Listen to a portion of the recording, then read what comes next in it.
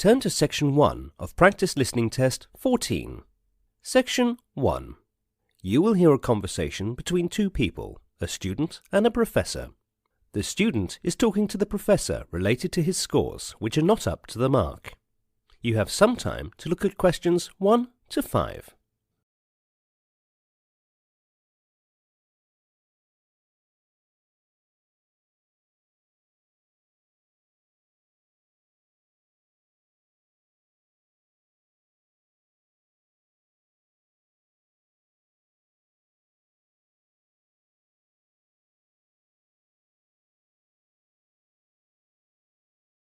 You will see that there is an example which has been done for you. The conversation relating to this will be played first. Good morning, ma'am. Can I have a word with you if you are free? Good morning. Yes, tell me. Ma'am, I'm unable to understand why my scores are so low, despite the fact that I'd worked hard. I saw your marks. You did not score well in history and science. What is the reason? Are you facing any difficulty in the class? Or are you unable to understand the respective subject teachers? The student did not score well in history and science. So the correct statement is the student scored badly in history and science, which is written as an answer for the example. Now listen carefully and answer questions 1 to 5. Good morning, ma'am. Can I have a word with you if you are free? Good morning. Yes, tell me. Ma'am, I'm unable to understand why my scores are so low, despite the fact that I'd worked hard. I saw your marks. You did not score well in history and science. What is the reason? Are you facing any difficulty in the class, or are you unable to understand the respective subject teachers? No, ma'am, I've no problem in understanding in the class, and I do not take much leaves. I attend my classes regularly.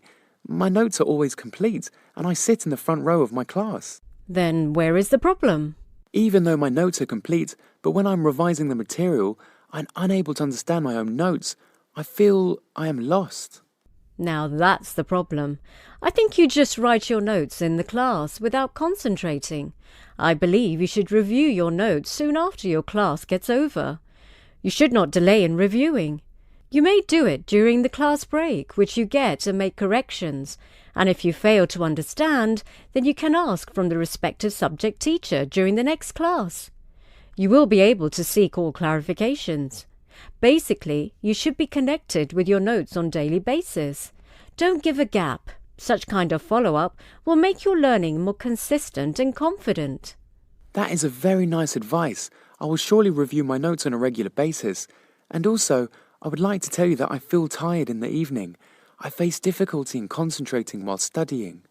You should make a timetable and then study. Take a short break after every 1 or 2 hours. Never study continuously for more than 2 hours.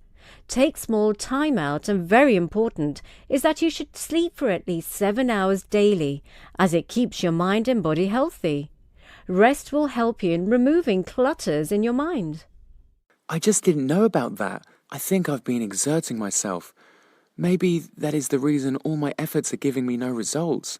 I will listen to your advice and make a proper time schedule, which will include 7 hours of sleep daily. Thank you so much, ma'am. You are welcome. Take care of your health and wish you all the best. Now you will hear a conversation between the professor and the counsellor. Look at questions 6 to 10.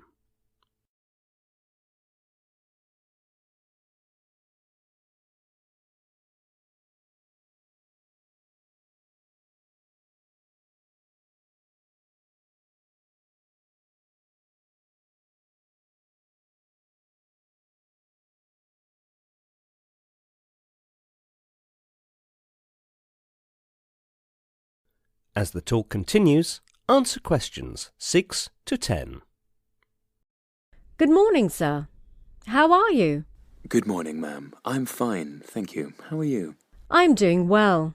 Actually, I wanted to speak about something with you. Yeah, sure, why not? What is it about? I have been noticing for a while that some students, even though are sincere towards their studies, but are still unable to score good marks in their subjects.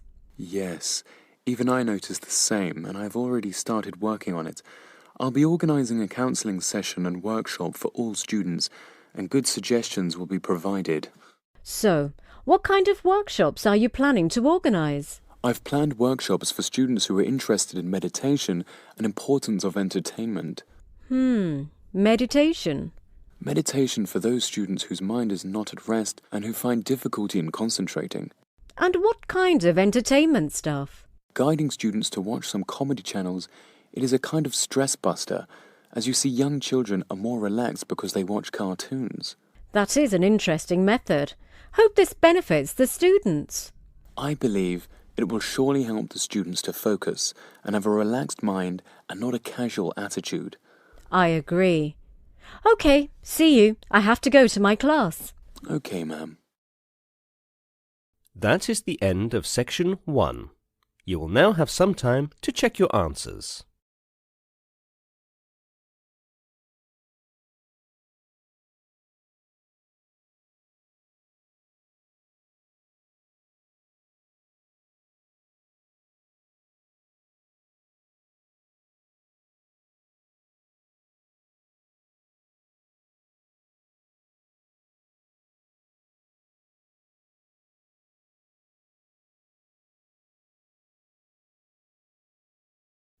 Now turn to section 2.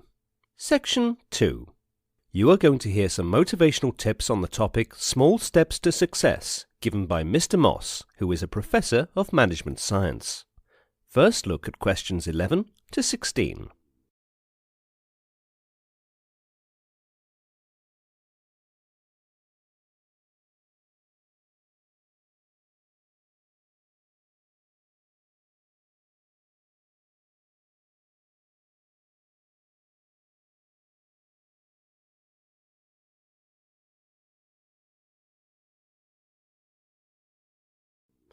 Now listen to the recording and answer questions 11 to 16. Too much success seems to come suddenly. When you observe others and what they have achieved, you usually don't appreciate what it's taken for them to get where they are. Ultimately, in failing to do this, you also fail to learn what it would take for you to attain the level of achievement and success. But if you take the time to truly think about it, you will find that success is usually only a small step away. Yet despite that, it eludes most people. It is always so near and yet so far. As a part of our military training in the Air Force, we were given a very demanding assignment. We were put into groups of about 10 and taken to some unknown location far in the bush. After a few days of camping there and doing some military maneuvers, we were told to head back to the base. Now this time, we wouldn't be driven back. We would have to track back. We had only a few things to carry. A litre of water each for the whole trip, and an AK-47 rifle with 1 round of ammunition. So we started off that day at sunset, walking through the thick bush. Because we were using a compass for direction, we had to walk in a straight line back to the base. Any slight deviation from the path, and we would inevitably have gotten lost. That meant that whatever obstacle we encountered on the way had to be overcome. That straight line had to be maintained at all costs. Worse still, we had no light. We were basically walking blind in the moonless night. So, you could not see where your next step was going to land. But we had to walk fast. Our deadline was at 12 noon the next day to be at the base, or else we would have failed the assignment. So, we walked through the night. There was no time for fear, no time for doubt. We had to do what we had to do. Our futures depended on it. Finally, we could go no further. The pain and fatigue was unbearable. We had to catch a nap. It was past midnight. 1 hour of sleep, all cuddled up like puppets for warmth, and then we moved on. Soon the morning bells rang, but there was no time to appreciate the sunrise. It was so hot you could feel the heat embracing your face. We were getting dehydrated. By now, everyone was wishing they had not had to carry the heavy AK-47. It seemed to have gained an extra 5 kilos since we'd begun. Every step was accompanied by some pain in one part of the body or other. Every part of the body was crying out for attention, but we had to move on. Small steps to success. We were as dry and shriveled as prunes. We were a sorry sight for defense officers, but right then it was more about survival than about dignity. Finally, a few minutes to midday, we arrived at the base. I had no idea I could stink so bad. Now look at questions 17 to 20.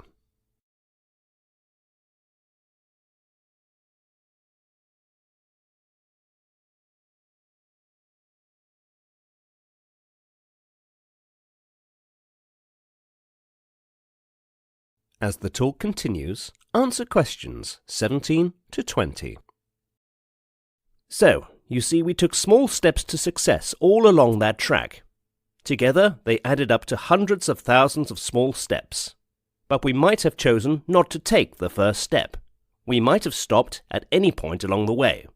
That would have meant that we would not have got to our destination. There were also obstacles along the way, but with each small step they were overcome. There were frustrations, fears, and uncertainties, but with each small step they were crushed. There was hardship and danger, but with each small step and focus on the desired destination, it was conquered. So you see, success is no mystery. It takes only one step to succeed. That is the end of section 2. You will now have some time to check your answers.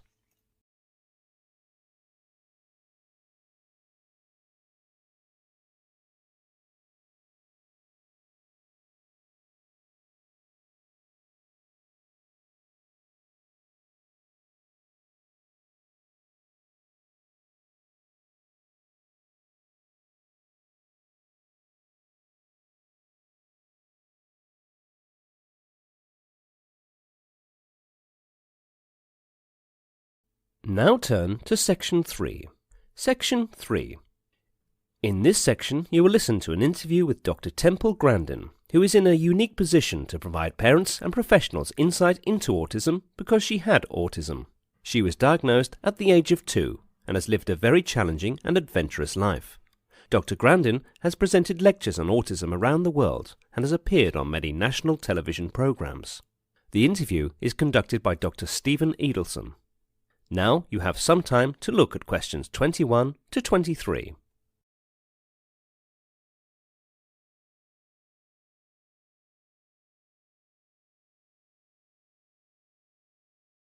Listen to the interview conversation and answer questions 21 to 23.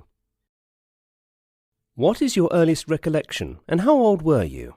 I was in a summer program when I was just a real little child, about 3. I can remember playing around in a wading pool. When I was 3.5 years old, I can also remember quite a few things. I can remember the frustration of not being able to talk. I knew what I wanted to say, but I could not get the words out, so I would just scream. I can remember this very clearly. I can remember a time when I was in speech therapy in nursery school. The teacher was using a blackboard pointer to point to the students to do something, and I was just screaming every time she aimed the pointer at me. I screamed because I was taught at home that you should never point an object at a person because it could poke out your eye. What do you suggest to the parents who have autistic children? I am a big believer in early intervention. You've got to keep autistic children engaged with the world. You cannot let them tune out. Research is starting to show that a child should be engaged at least 20 hours a week. I do not think it matters which program you choose, as long as it keeps a child actively engaged with a therapist, teacher, or parent for at least 20 hours a week. Now look at questions 26 to 30.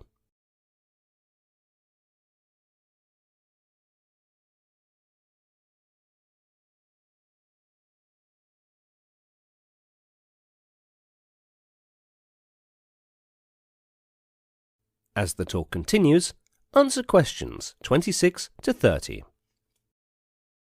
You were one of the first people in the field to stress the importance of sensory problems in autism. What are your current thoughts about this issue?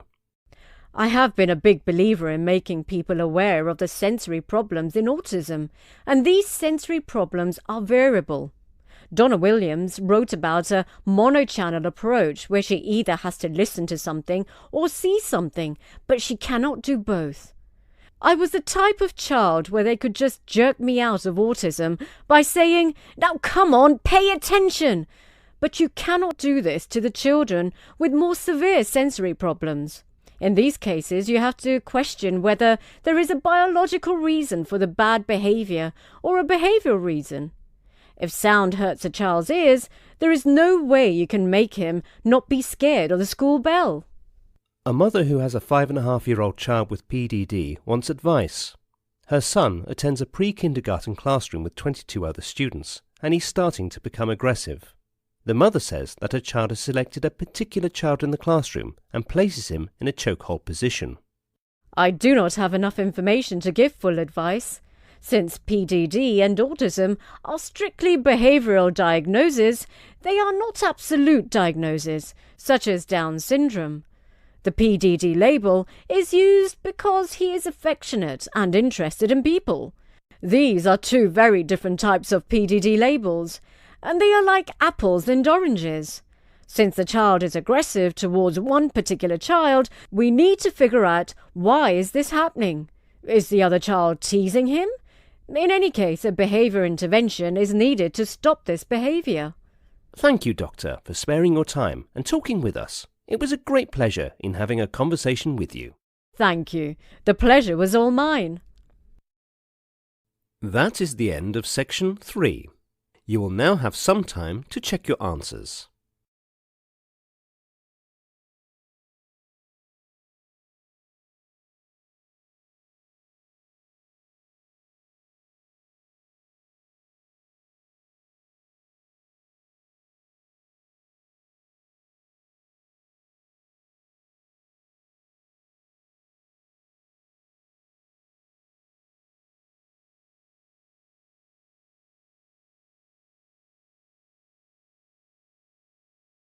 Now turn to section 4.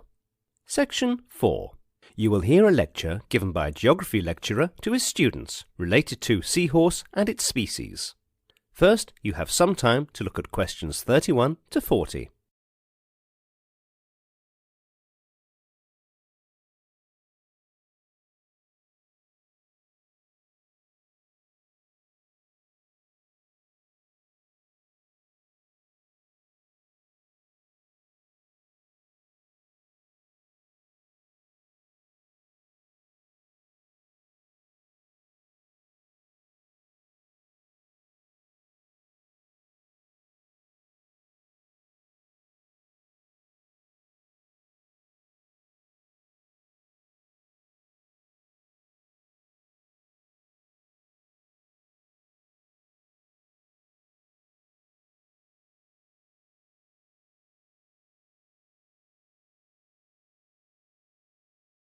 Now listen carefully and answer questions 31 to 40.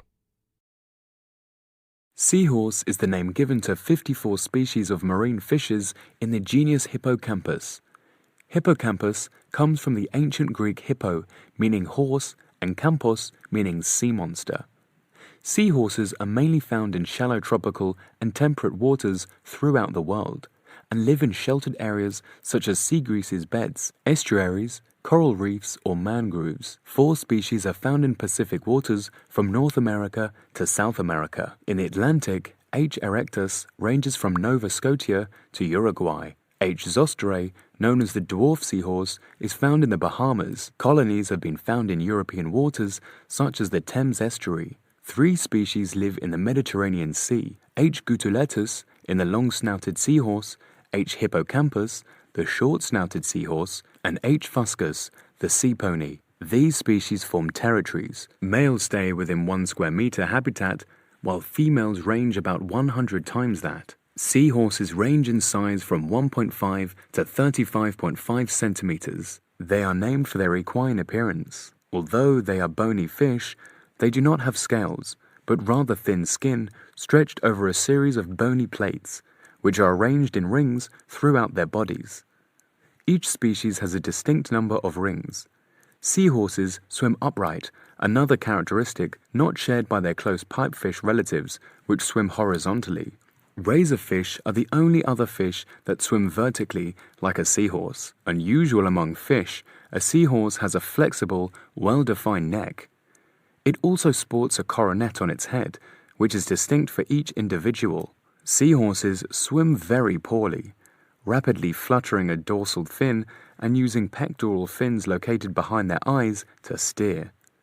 The slowest moving fish in the world is H. zosterae, the dwarf seahorse, with a top speed of 1.5 meter per hour. The earliest known seahorse fossil are of two pipefish-like species, H. sarmaticus and H. slovenicus, from the coprolitic horizon of Tungus Hills, a middle Miocene horizon of the Slovenia dating back about 13 million years. Molecular dating finds that pipefish and seahorses diverged during the late Oligocene. This has led to the speculation that seahorses evolved in response to large areas of shallow water, newly created as the result of tectonic events. The shallow water would have allowed the expansion of seagrass habitats that selected for the camouflage offered by the seahorse's upright posture. These tectonic changes occurred in the western Pacific Ocean, pointing to an origin there, where molecular data suggested two later separate invasions of the Atlantic Ocean. That is the end of section 4. Now you have some time to check your answers.